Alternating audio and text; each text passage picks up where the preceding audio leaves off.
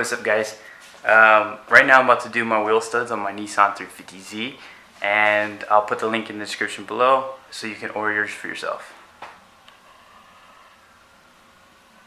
Get the pack. Where's the pack?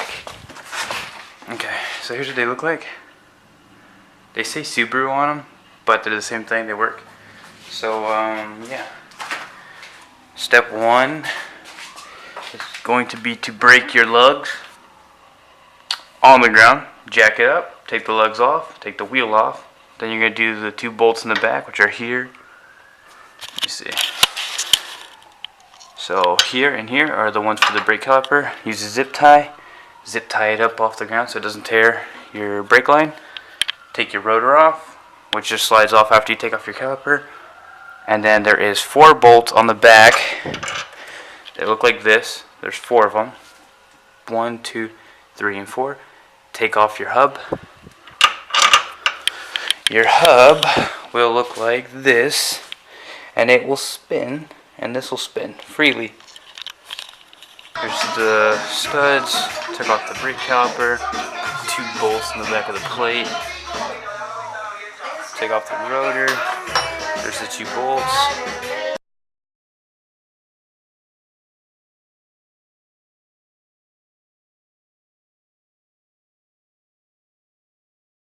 So I saw a lot of people doing some weird things. I was trying to figure out how I could do this without getting that little ball joint press, because they don't sell that at AutoZone anymore. It's discontinued.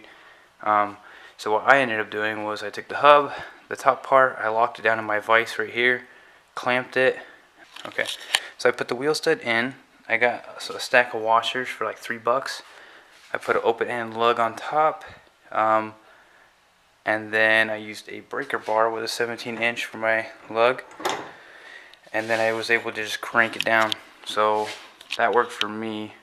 I actually did get the lug seated, and it took like 2 minutes. It's pretty easy. I was kind of worried about how I was going to get that in there because I don't have a press or impact. So if you don't, that works pretty well. And if you want to see the difference in the studs,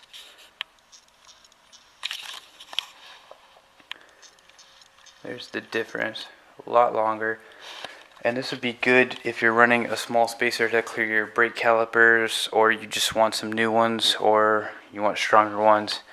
For me, my lugs barely have any thread when I put them in there because I'm using the spacer to make the brake, to clear the brake caliper. I just have a little tiny spacer on there like that, and that just gives me enough to clear it. And they're way better threads compared to this one. I don't want, these just suck.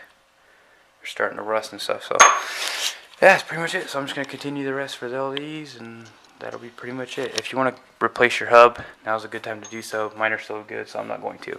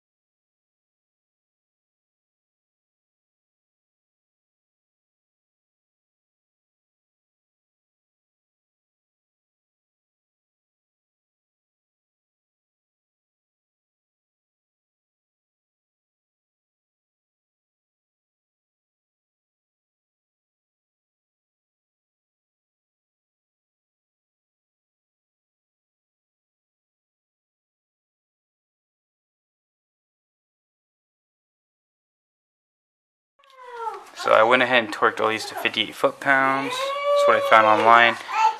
Used a torque wrench with an extension, and the 4 bolts in the back, they're 17mm, are 58 foot-pounds, and the 2 calipers are 111 to 112 foot-pounds.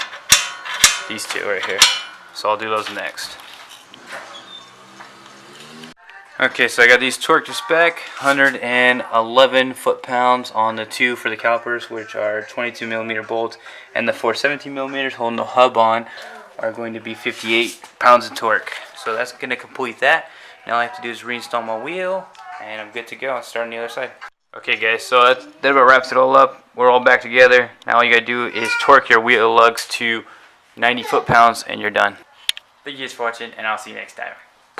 Like that. Bam! Big drop. Bom, bom, ba-na-na-na-na-na. Motorsport, put that thing in sports. Shout it bad, pop it like a court. You a